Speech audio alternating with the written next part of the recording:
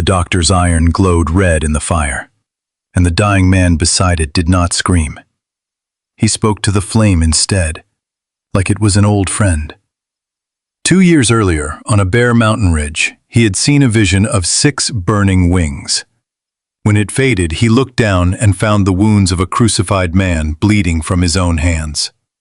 He walked unarmed straight into an enemy army's camp in the middle of a holy war, and the Sultan who could have killed him let him go free. His name was Francis of Assisi, the son of a wealthy cloth merchant who once dreamed only of silk, glory, and becoming a knight. 8 centuries later, when a new pope stood before the world for the first time, he chose this man's name as his own, Pope Francis. He spent his life praising the sun. "Be praised, my Lord, through brother sun," he wrote, "who is beautiful and radiant with great splendor." And yet, by the end, he could no longer see it. The man who loved light more than almost anyone in history died nearly blind. So what happens to a man who gives away everything he has, his home, his name, even his own eyesight, and calls it a gift? This is Halos and Histories, stories the saints left behind. Assisi, in the hill country of Umbria, sometime around 1181. In a stone house near the marketplace, a cloth merchant named Pietro Bernardone had a son. The mother named him Giovanni. The father, away in France on business when the boy was born, came home and called him Francesco instead, the Frenchman. The name stuck. Pietro's warehouses were full of silk and fine wool. His son grew up wearing it. Francesco was known around Assisi not for piety, but for parties, for fine clothes, for singing in the streets late at night, for spending his father's money as fast as it came in. He wanted more than anything to be a knight. Glory. A name people remembered.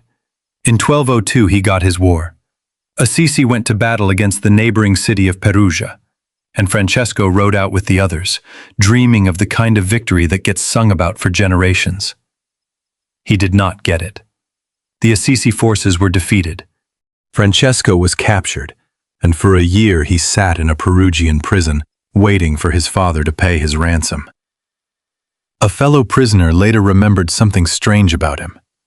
While the other captured men from Assisi sank into despair, Francesco stayed cheerful, almost defiantly so. When someone asked how he could smile in a cell, he said only that he knew one day the whole world would honor him. He did not yet know what kind of honor he meant. He came home in 1203. Freedom did not fix him. A long illness took hold, the kind that leaves a man staring at a ceiling for weeks, with nothing to do but think. Then, restless, still chasing the old dream, he set out on another military campaign in 1205, riding toward Apulia in the south. He barely made it past Spoleto. According to early biographers of the Franciscan order, a voice came to him in the night, asking him a question he could not shake. Whether it was better to serve the master or the servant. Whatever he heard, it was enough. He turned around. He rode back to Assisi. His friends did not understand it. The young man who once led the singing in the streets now wandered the countryside alone, giving away his money to beggars, kissing the wounds of lepers he once would have crossed the road to avoid. Pietro Bernardone watched his son's inheritance disappear a coin at a time, and his patience went with it. Something had already broken in Francesco, the version of himself built on silk and swordplay. What replaced it hadn't fully taken shape yet.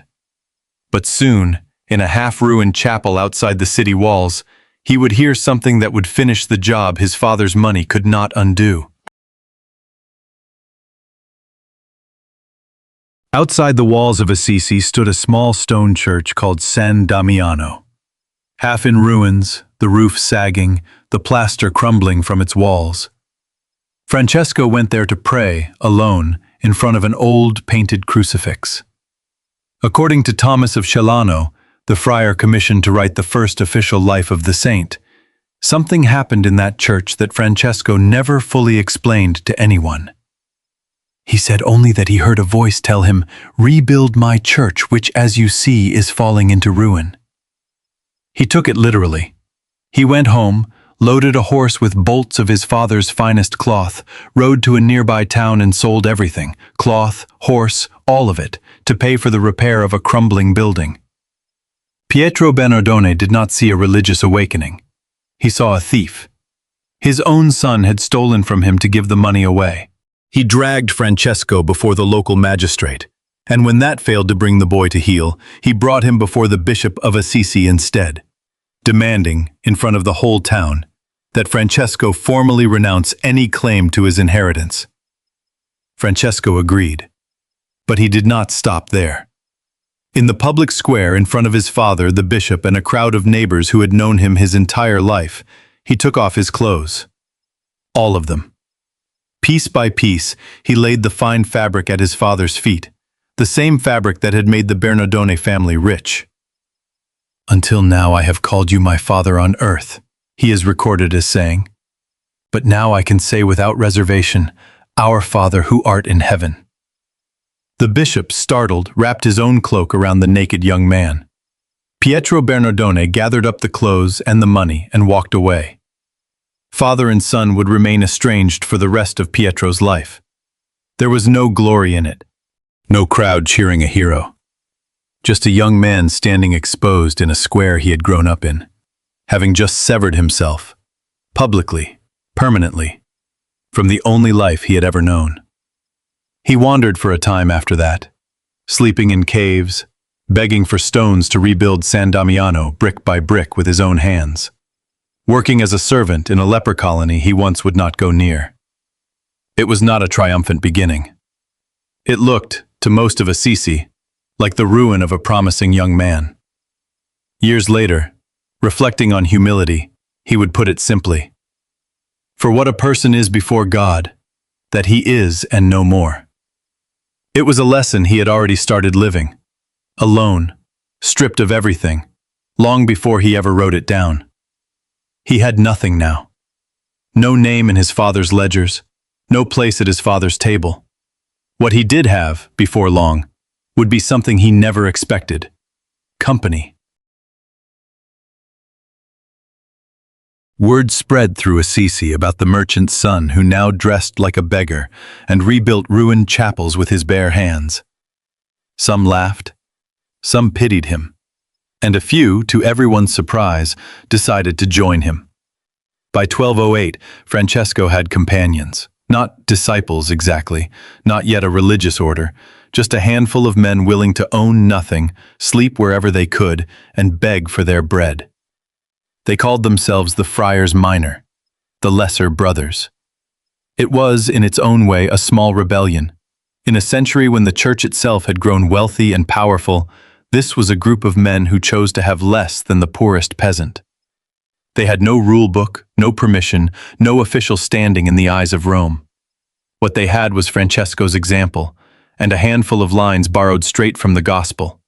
Passages about carrying no money, no walking stick, no second tunic. He took them, according to early biographers, almost word for word as instructions. 2 years later, in 1210, a young noblewoman from Assisi named Claire heard him preach. She was 18. Against her family's wishes, she left home in the middle of the night, met Francesco and his brothers at a small chapel, and cut off her hair as a sign that she, too, was giving up her old life. Francesco found her a place with a community of nuns, and eventually helped her build something of her own, a companion order, the Poor Clares, following a similar rule of poverty. She would remain one of the few people in his life who understood him without needing an explanation. Their friendship was never romantic. It was something closer to a shared understanding. Two people from wealthy families who had walked away from every advantage they were born into, for the same reason. The little band of brothers had one problem, though. None of it was official. In the eyes of the church, an unauthorized group of wandering laymen preaching in public was exactly the kind of thing that got shut down. Or worse, accused of heresy. Francesco knew it. So, sometime around 1209, he took a small group of followers and set out for Rome, to ask the one person who could make them legitimate, the Pope himself. He was, by any measure, an unlikely visitor to the papal court, an uneducated layman in a patched robe asking the most powerful man in Christendom to bless a life with nothing in it. Pope Innocent III was not an easy man to impress. He had reformed canon law, faced down kings, and buried more failed reform movements than he could count. He was about to have a very unusual night's sleep. Pope Innocent III's first instinct, according to tradition, was to send the ragged little group away. A rule built entirely on owning nothing sounded less like a religious order and more like an invitation to chaos. Beggars with no accountability to anyone. But one cardinal in the room, sympathetic to Francesco's cause, urged the Pope to at least hear him out properly before deciding. Innocent agreed to a second meeting. What happened next comes to us only through Franciscan tradition, recorded decades after the fact, not from any account Innocent himself left behind. But the story has been retold by biographers, painted by Giotto in Assisi, and referenced even by later popes. According to that tradition, the night after the meeting, Innocent had a dream. He saw the Basilica of St. John Lateran, the mother church of the entire Catholic world, the Pope's own cathedral, cracking, leaning, on the verge of collapse. And in the dream, a small, poor man in a patched habit stepped forward and braced the entire falling structure with his own shoulder. When Innocent woke, the story goes, he understood exactly what he had seen.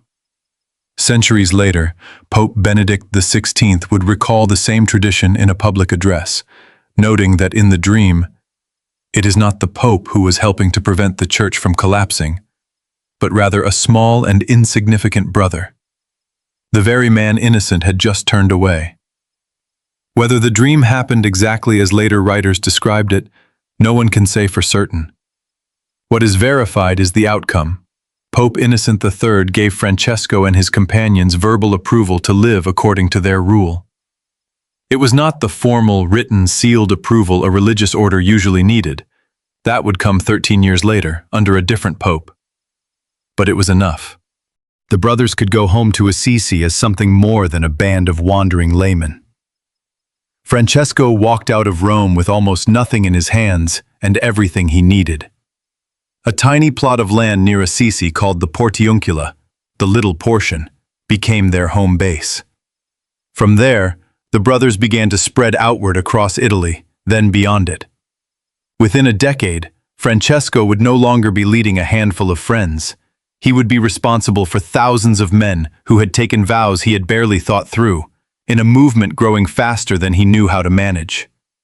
He was about to learn that being believed in by a pope and being equipped to lead an army of the poor were two very different things. By 1219, the Franciscan movement had grown far beyond anything Francesco could personally oversee. Thousands of men had joined. Some of the leadership he had appointed in his absence began running things his own way. More structure, more property, more comfort than the founder ever intended. Francesco, uneasy with what his own movement was becoming, needed distance from it. He found a reason to leave Italy entirely. Europe at the time was in the middle of the Fifth Crusade, a Christian military campaign aimed at capturing Egypt from Muslim rule. Crusader forces were laying siege to the port city of Damietta on the Nile. Francesco traveled there with the army, not as a soldier, but as something closer to an uninvited guest with his own agenda entirely. He wanted to cross into the enemy camp and speak with the Sultan of Egypt himself, a man named Malik al-Kamil, nephew of the great Muslim leader Saladin. Everyone around him thought it was suicide. The Crusader commanders had, in fact, tried and failed to take Damietta by force for over a year. A lone friar walking into the Sultan's camp seemed likely to end in a quick end to his life. Francesco went anyway, taking only one companion, a friar named Illuminatus, who understood some Arabic. They crossed the battlefield together, past the fallen, past abandoned weapons, under the open sun, and were captured almost immediately by the Sultan's soldiers. By most accounts, the soldiers assumed the two friars were either deserters or messengers and struck them repeatedly before dragging them to Malik al-Kamil's tent, expecting the Sultan to have them put to death on the spot. He didn't. Al-Kamil, described by contemporaries as a genuinely devout and thoughtful man, chose instead to hear Francesco out. What exactly the two men discussed, no reliable record preserves in detail. Historians today are honest about how little is actually known of their conversation, beyond the fact that it happened, and that it concerned faith and peace and the war neither of them had started. When it ended, the Sultan did not convert. He did not have Francesco put to death either. He fed him, gave him gifts, some of which are still kept in Assisi today, and had him safely escorted back to the Crusader camp.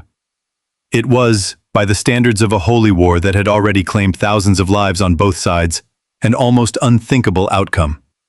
Two men from opposing sides of history's oldest religious conflict, sitting across from each other and simply talking. Francesco returned to Italy changed by it. But he carried something else back from Egypt too, something far less symbolic and far more permanent. Somewhere in that hot, dust-choked military camp, an infection had taken hold in his eyes. It would never fully leave him again.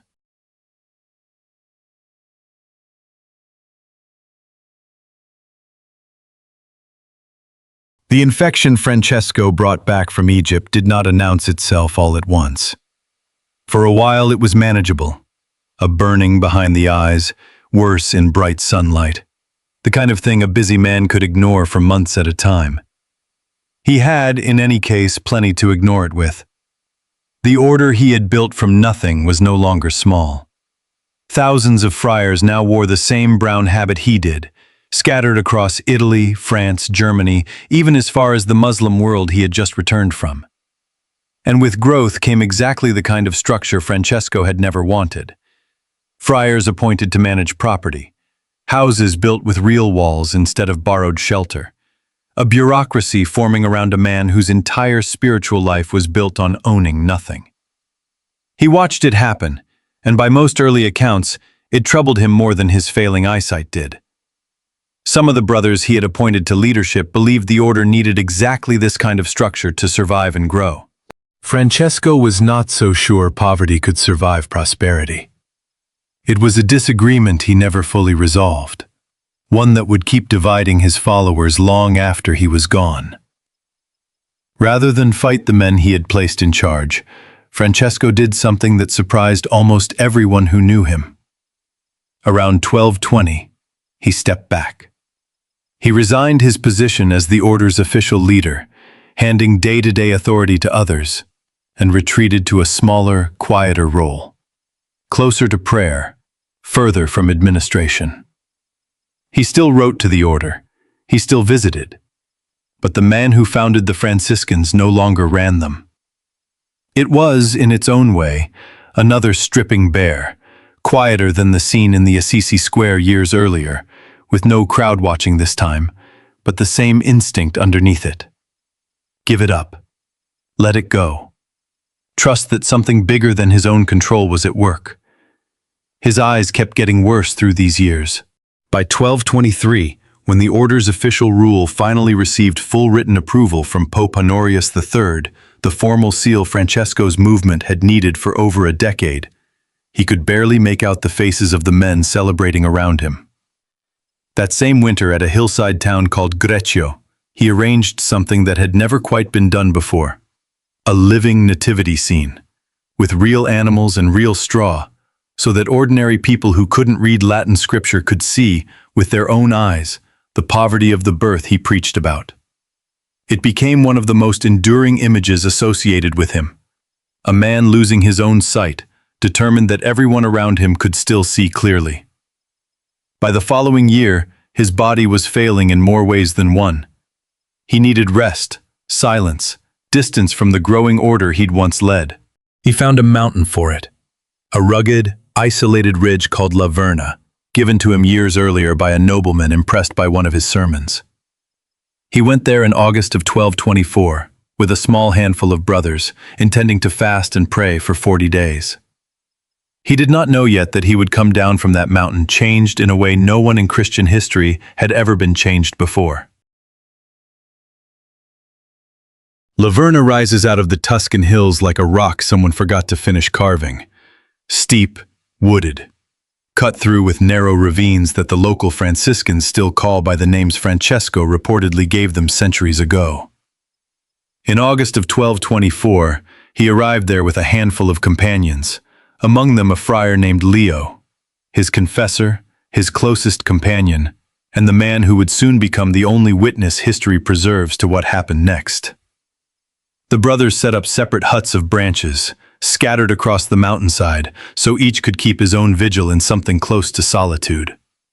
Francesco kept mostly to himself. His body was already failing, the eyes worse than ever, his stomach frequently in pain, his general health, by any modern estimation, in serious decline. He fasted anyway. He prayed through most of the night, most nights. Early on, something happened between him and Brother Leo that the sources record almost as an aside, though it says a great deal about the state Francesco was in. One night, Leo, worried or simply curious, crept close to Francesco's hut to check on him while he prayed. Francesco caught him at it and rebuked him sharply for spying.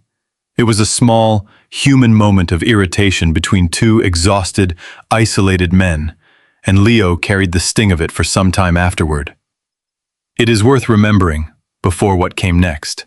Even in his most mystical season, Francesco was still capable of an ordinary flash of temper with his oldest friend. Sometime around the 14th of September, the feast of the Exaltation of the Cross, Francesco was praying alone on the mountainside when he saw something that no early account fully explains, only describes. A figure appeared in the sky above him.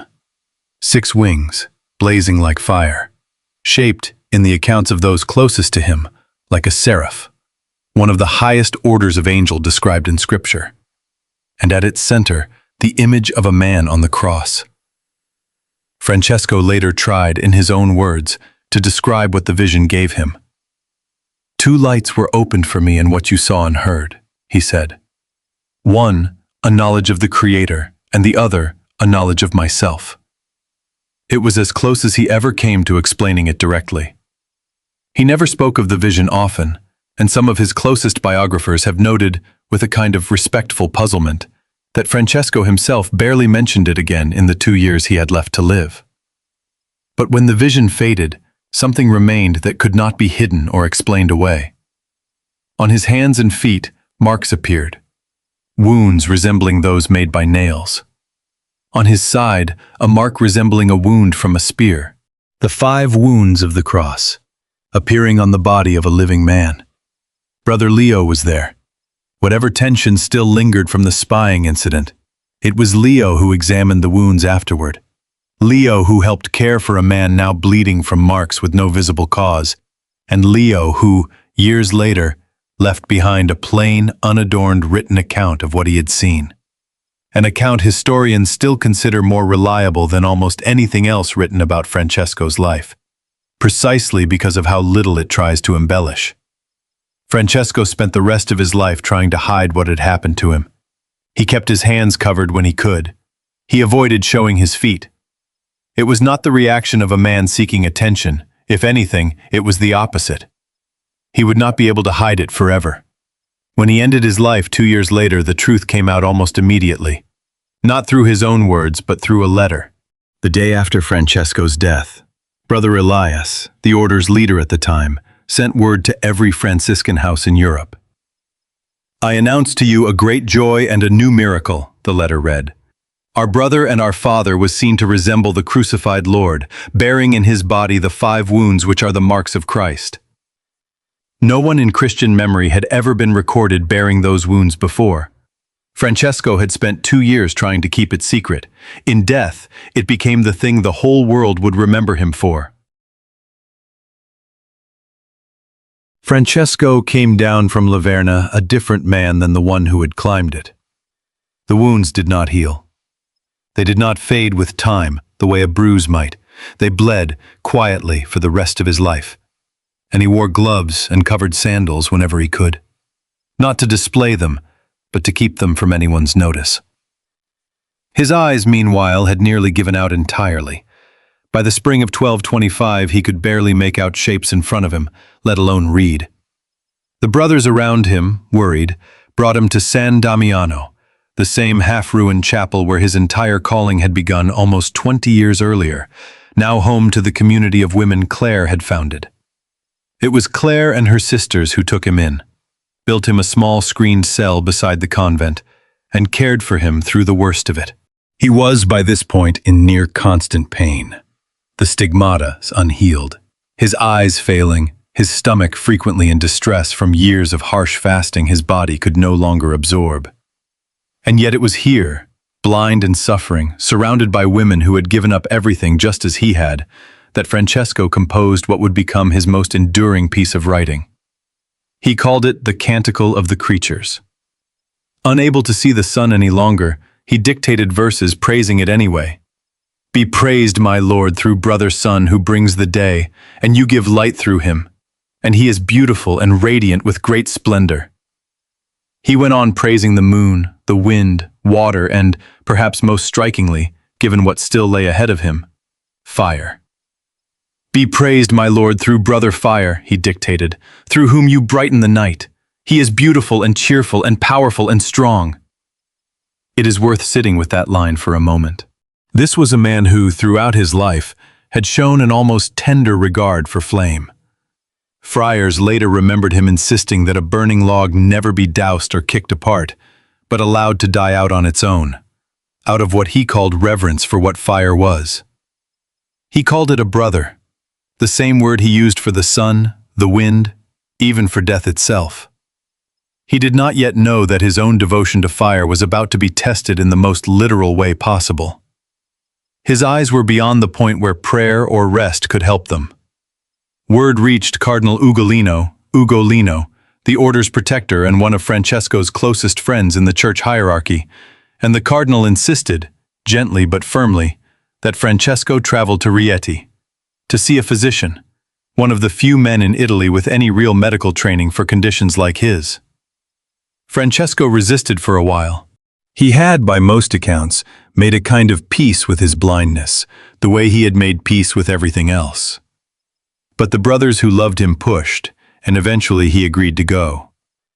He did not know when he set out for Rieti that the treatment waiting for him there would ask him to keep the promise he had just written into song, to trust brother fire, even face to face with it, even as it came toward him glowing red.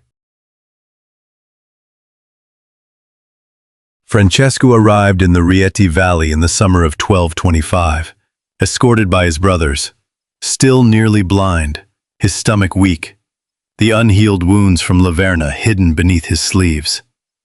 Cardinal Ugolino and the papal court, staying nearby, welcomed him warmly.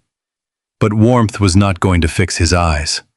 For that, he needed to go a few miles further, to a quiet hermitage in the hills called Fonte Colombo, where a physician was waiting who specialized in exactly the kind of treatment 13th century medicine had to offer for a disease no one fully understood. The plan was delayed once already. Bad weather, the absence of Brother Elias, whose presence Francesco wanted before agreeing to anything. But eventually, in the height of summer, the day came. The treatment itself had a name doctors of the period used without flinching: cauterization. A hot iron rod, heated in an open fire until it glowed, would be pressed against the skin near his worst eye, from somewhere near his ear up toward his eyebrow, in the belief that burning away the corrupted fluid believed to cause his blindness might restore some of his sight.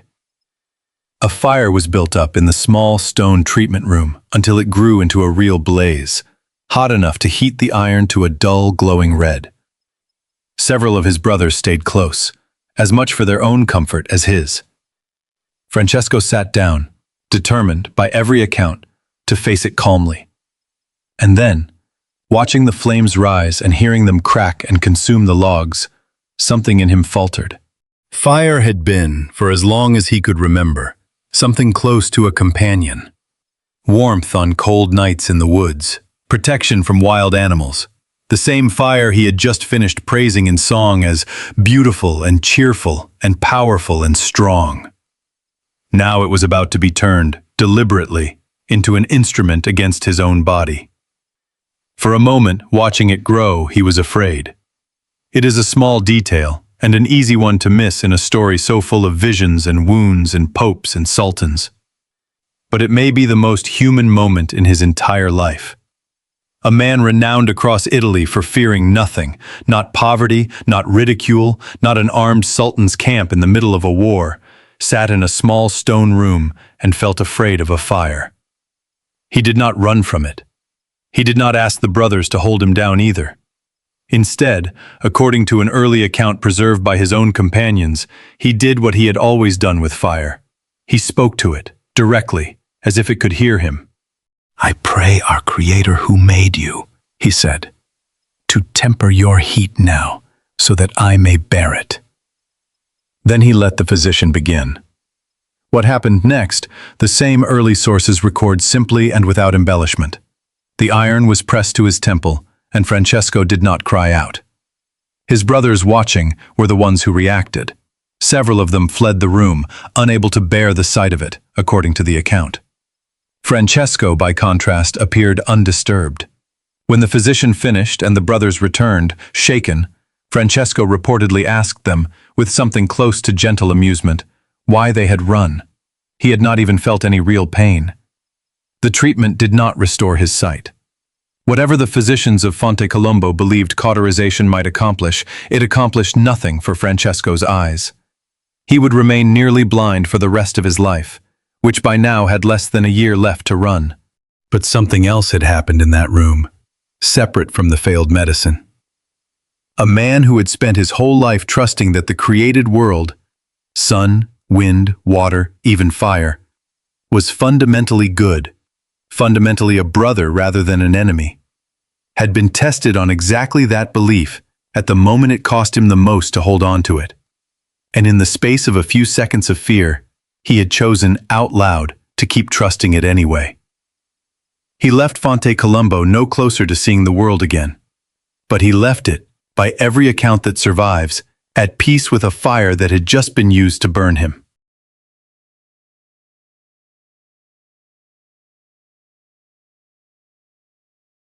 Francesco never recovered his sight. He spent his final months moving between Rieti, Siena, and finally back to Assisi, his body giving out in more ways than one. The stigmata still unhealed, his stomach failing, his strength going with it. In September of 1226, he asked to be carried back to the Portiuncula, the small plot of land near Assisi where his brothers had first gathered around him. He knew by then that he was dying. He asked to be laid on the bare ground, refusing even a simple mat, in the same poverty he had chosen for himself 20 years earlier in a public square, standing naked in front of his father. He asked his brothers to sing him the verses he had dictated at San Damiano, the ones praising the sun he could no longer see, the fire that had once been turned against him, even death itself, which he had come to call simply Sister Death.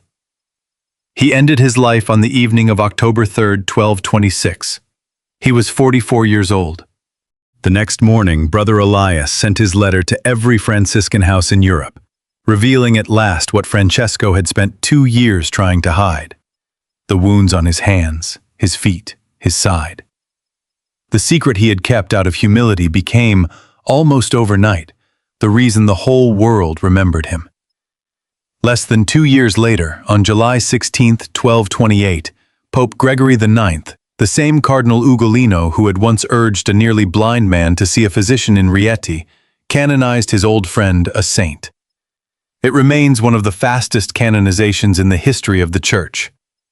Nearly 800 years after a merchant son in Assisi first knelt in front of a crumbling chapel and heard a voice ask him to rebuild something, a new pope stood on a balcony overlooking St. Peter's Square, introducing himself to the world for the very first time. Of all the names available to him, he chose this one: Pope Francis. He praised the sun with every breath he had left to give. And in the end, it was the fire, not the sun, that he had to face directly, up close, with nothing but a whispered request for gentleness.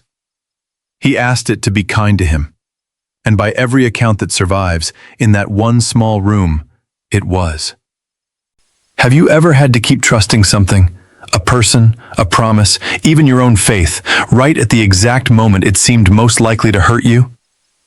If this story moved you, consider subscribing to Halos and Histories. New documentaries on the lives of the saints, released regularly. This is Halos and Histories, stories the saints left behind.